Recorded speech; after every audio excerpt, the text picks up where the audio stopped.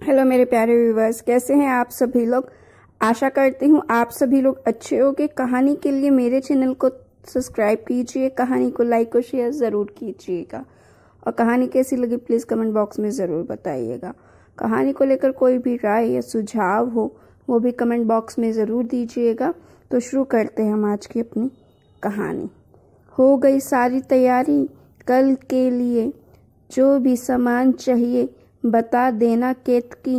मेहमानों के आव भगत में कोई कमी नहीं रहनी चाहिए। सुहास बोला, हाँ हाँ हो गई सारी तैयारी, तुम चिंता मत करो। बस एक बार याद से सबको फ़ोन कर देना, हम कर दूंगा सुबह। चलो अब सो जाओ, बहुत रात हो गई है। अगली सुबह ठीक 12 बजे बाद बधाई देने वालों का तांता लग गया। सुहास और केतकी के घर बधाई हो सुहास, बधाई हो शुभम की आवाज़ों से पूरा घर गूंज उठा। चारों ओर खुशी की लहर दौड़ गई। आज दिन ही ऐसा था कि बधाई तो मिलनी ही थी। चलिए जानते हैं आखिर सुहास और शुभम, सुहास और केतकी का बेटे को बधाई क्यों मिल रही थी। शुभम ने 10वीं बोर्ड में 95% अंकों के साथ अपना स्कूल टॉप किया था, तो सुहास की भी पदोन्नति कंपनी के एक बड़े अधिकारी के रूप में हो गई थी। सब रिश्तेदार और पड़ोसी काफ़ी दिनों से पार्टी मांग रहे थे, तो केतकी ने सोचा रविवार को सब फ्री होंगे तो घर पर ही एक छोटा सा गेट टुगेदर रख लेंगे और सबसे मिलना हो जाएगा और पार्टी भी हो जाएगी। बस इसी खुशी में आज केतकी और सुहास के घर बधाई देने वालों का तांता लगा था। सब लोग सुहास की तारीफों के पुल बांधे जा रहे थे। अरे सुहास, कमाल कर दिया तूने यार, मेरे बाद नौकरी ज्वाइन की और मुझसे पहले प्रमोशन पर प्रमोशन मिल रहे हैं तुझे। बहुत मेहनत करता है यार तू, दिन रात लगा रहता है।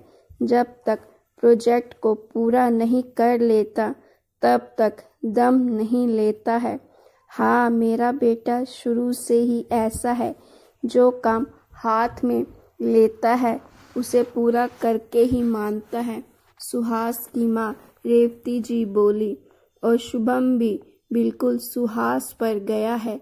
देखो तो मेरे पोते ने बिना ट्यूशन के ही कितने अच्छे नंबर लाकर स्कूल टॉप करके दिखा दिया।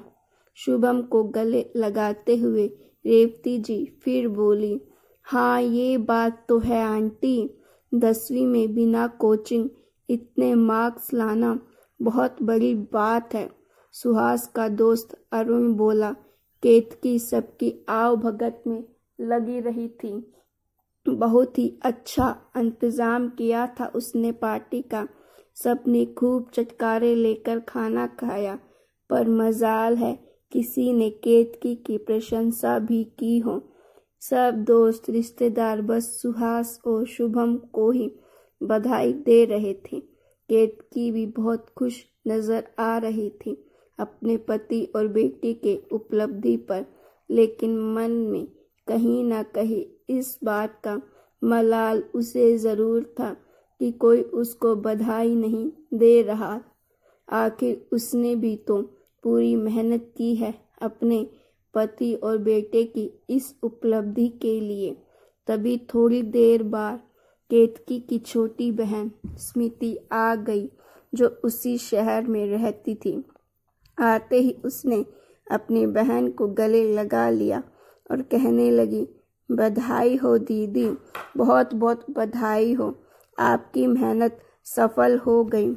थैंक यू मेरी प्यारी बहना, पर बता इतना लेट क्यों आई। अरे आज एनजीओ में कुछ काम था अर्जेंट, तो बस वहाँ से आते आते लेट हो गई। ठीक है चल, अब आ गई है तो रात को तो रुकेगी ना।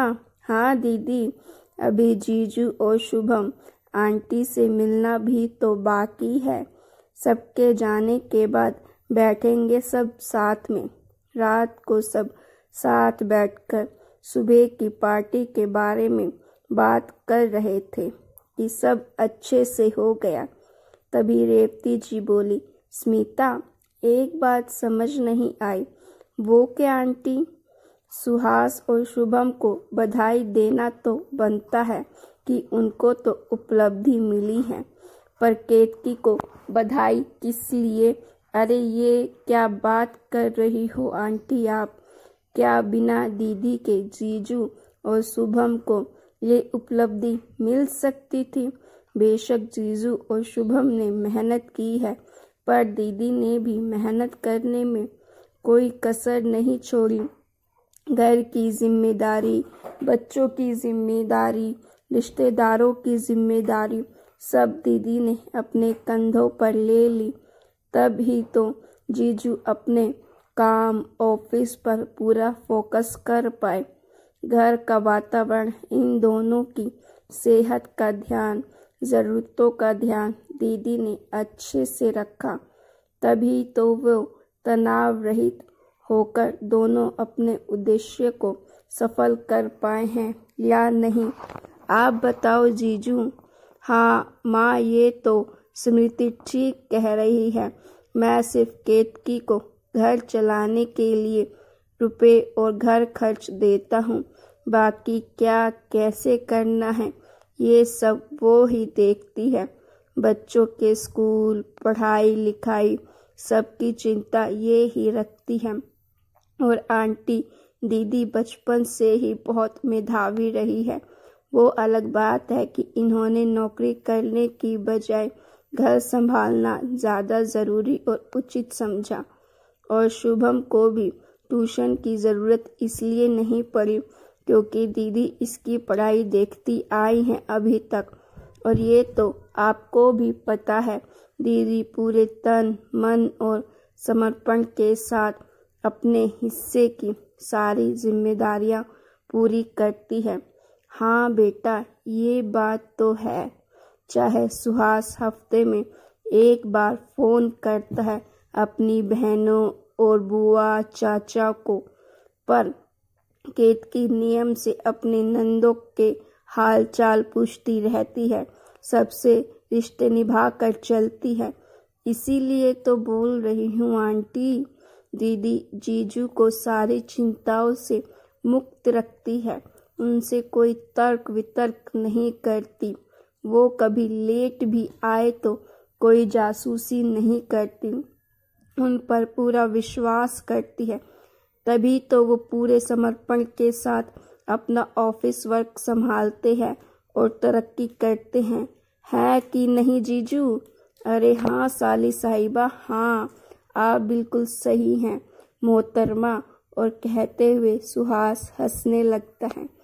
चलो अब बुला तो लो अपनी दीदी को, हम भी दे दे उसको बधाई। रेवती जी बोली। केतकी तब तक सबके लिए चाय लेकर आ जाती है। बधाई हो बहू, और माफ़ करना बधाई देने में थोड़ा लेट हो गए। हमने कभी ऐसा सोचा ही नहीं कि घर के मर्दों की सफलता में औरत का भी पूरा पूरा हाथ होता है। हम हमेशा पर्दे के पीछे रहकर काम करते हैं, जैसे फिल्मों में डायरेक्टर और टीम के बाकी मेंबर पर ध्यान सिर्फ हीरो या हीरोइन की एक्टिंग पर जाता है, उसी तरह घर में भी ध्यान सिर्फ सफल होने वाले आदमी पर जाता है। सारा क्रेडिट उसी को मिल जाता है और बधाई का श्रेय भी असली बधाई की हकदार तो तुम हो, जिसने हर परिस्थिति में मेरे बेटे का साथ दिया, उसका उत्साहवर्धन किया, गलत काम करने से रोका, हमेशा ईमानदार रहने के लिए प्रेरित किया। सच बताऊं तो हम हमेशा जैसा देखते आए वैसा करते आए। हमारी सासू माँ ने कभी हमारे पतियों की सफलता के पीछे हमें उत्तरदायी नहीं माना, तो हमें भी यही लगा मेहनत करना आदमी का काम है और औरत का काम उसके आदेशों का पालन करना है। पर स्मृति को थैंक यू बोलना पड़ेगा जो उसने आज इस सच्चाई से हमें रूबरू कराया कि पति की सफलता का जितना श्रेय पति को जाता है उतनी ही पत्नी को भी, और बच्चों की हर कामयाबी के पीछे भी उसकी माँ का हाथ होता है। आज केतकी का मन खुशी से फूला नहीं समा रहा था, क्योंकि उसके हिस्से को बधाई उसको मिल जो गई थी। तो गाइस, आपको स्टोरी कैसी लगी? अच्छी लगी तो प्लीज़ लाइक कीजिएगा और मेरे चैनल को सब्सक्राइब कीजिएगा, और इस कहानी को लेकर जो भी राय हो वो भी कमेंट बॉक्स में ज़रूर दीजिएगा, और ऐसी इंटरेस्टिंग स्टोरी के लिए मेरे चैनल को सब्सक्राइब ज़रूर करिएगा।